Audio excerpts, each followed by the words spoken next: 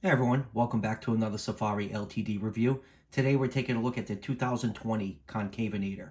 This figure is one of the last figures from Safari's 2020 lineup to become available, along with the Chinsusaurus. I kind of found it funny that this figure in the Chinsusaurus was actually available overseas before it was actually available through Safari's website in the US.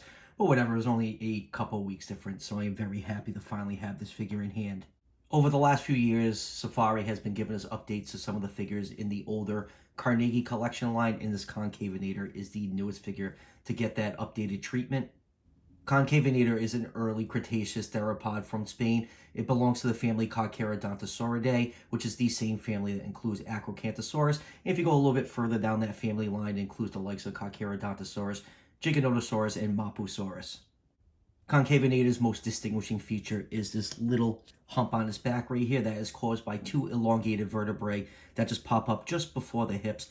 Some depictions show it as a sail, some depict it as a hump. On this figure right here, it is depicted as a hump. The function of this hump slash crest isn't known yet. Some paleontologists think it's for thermoregulation, or it could have been used for display, or maybe it could have been used as both. That's part of the mystery of these animals.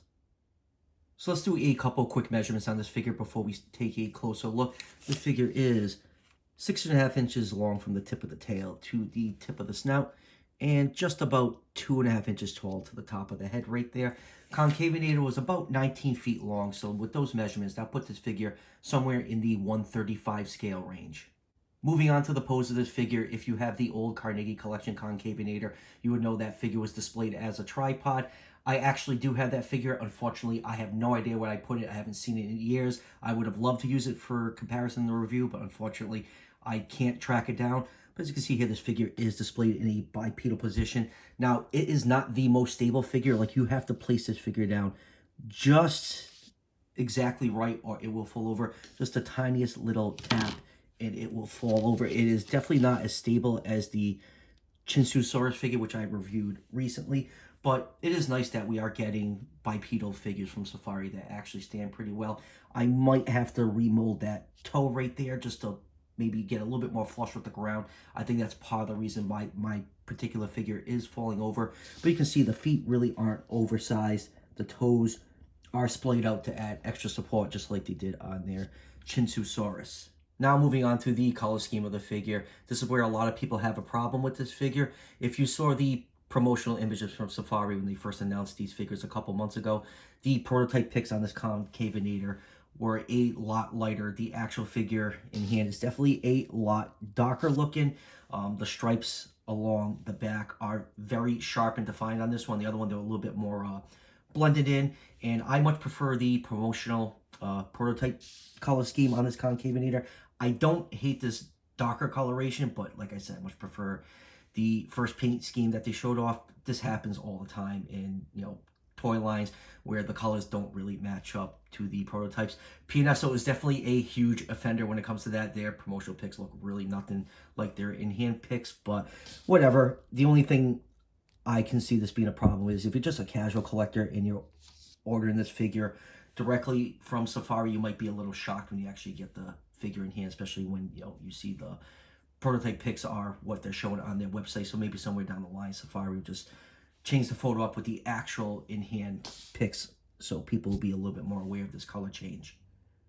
All right, let's zoom in and take a look at some of the finer details on this figure, starting with that head sculpt. You can see there's a lot of nice fine scale detail in this figure. Like I said, this is a very small figure, but I'm actually quite impressed with the detail on this figure. There's a nice black wash going over parts of this figure that really brings out that nice fine scale detail. So I'm actually quite impressed by the detail on this figure for it being so small. So getting back to the head, you can see the eye is painted in red with a black pupil. The mouth is sculpted closed, but there is a clear line defined in the mouth. You got the nostrils right here and the ear hole. Now, my only biggest problem with this figure is the shape of the head. For some reason, this looks like a very narrow head compared to some of the reconstructions I've seen of Concavenator online. So I don't know, it just really does not look like a Concavenator head to me. It's just very low and narrow. I feel like it just should have been a little bit wider. But yeah, that is definitely my biggest issue with this figure. So going back to the head, you can see there is red paint adorning the crest along its head.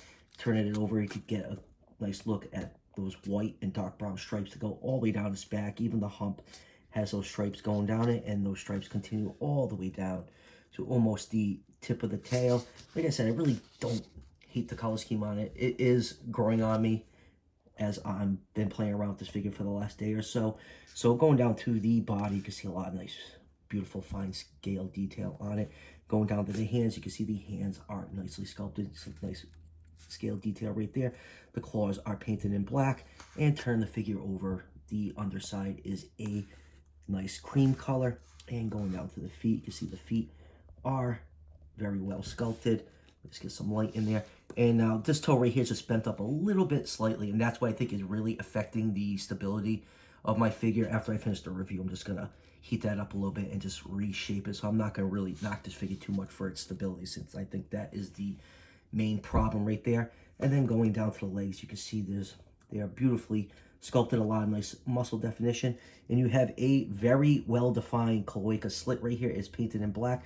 Now I do have a little bit of red paint around the cloaca on this for whatever reason. I guess maybe this Concavenator stopped over at Chipotle before arriving at my house. And then going down to the tail, you can see the tail is very well defined with muscle definition. Even from the top, the tail base is nice and thick. So all around, beautifully detailed. A lot of nice scale detail on it. Like, you know, the paint scheme is okay. Just like my biggest issue is I just feel like that head shape is just a little off in my eyes. So let me just turn the figure around over here so you guys can just see the other side. The head is sculpted, so the figure is looking to the side. But all in all, yeah, it is a very nice figure from Safari. All right, let's move on with some comparisons. Here it is with the only other Concavenator figure I could find. This is the Mattel Jurassic World version. Unfortunately, like I said earlier in the video, I could not find my Carnegie collection Concavenator. I have no idea where I put it. So we have the Mattel one right here with those jacked up arms and a fourth finger on the hand for whatever reason. And here it is with some of its relatives. The 2019 Safari Allosaurus, the Safari Ltd Acrocanthosaurus, and the 2017 Safari Ltd Giganotosaurus. You have a nice little, you know, family tree shot right here. And let me just move this Safari Acrocanthosaurus out for a second. And here it is with the Papo Acrocanthosaurus. And here it is with the Safari Ltd Iguanodon. Someone actually suggested this comparison in the comment section on one of my videos, which was a great call because Concavenator and Iguanodon actually existed side by side. And here it is in a nice group shot with some of the other 2020 figures from Safari. The Pachycephalosaurus, Dilophosaurus, Edmontosaurus, Chinsusaurus, Deinonychus, and there is the Concavenator. Now these 6 figures right here are the only figures from the 2020 lineup I was interested in picking up. So the last one I need to review is the Dilophosaurus, and that review should be up sometime over the weekend. Alright, final thoughts on this figure. I think it's a good figure from Safari. I do have a couple gripes with it. First one being is I was not a fan of the darker color scheme they went with. I much prefer the lighter one that we saw in the promotional pics. And the other gripe I have is I just feel like the head shape on this figure is just a little too narrow, especially when you compare it to the reconstructions that you see of Concavenator online.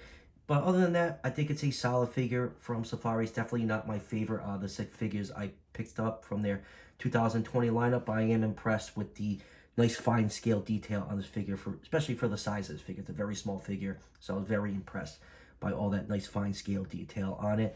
This figure retails for $9.99. You can order it directly from Safari Ltd. As always, I'll leave a link in the description if you want to order it through them. So that will do it for the review. I'll have the review up for the Dilophosaurus probably by the end of the weekend. And just remember, if you're enjoying the content on this channel, show your support by hitting that subscription button just below the video. Each subscription helps out the channel tremendously, and it's greatly appreciated. And I'll see you guys for the next one.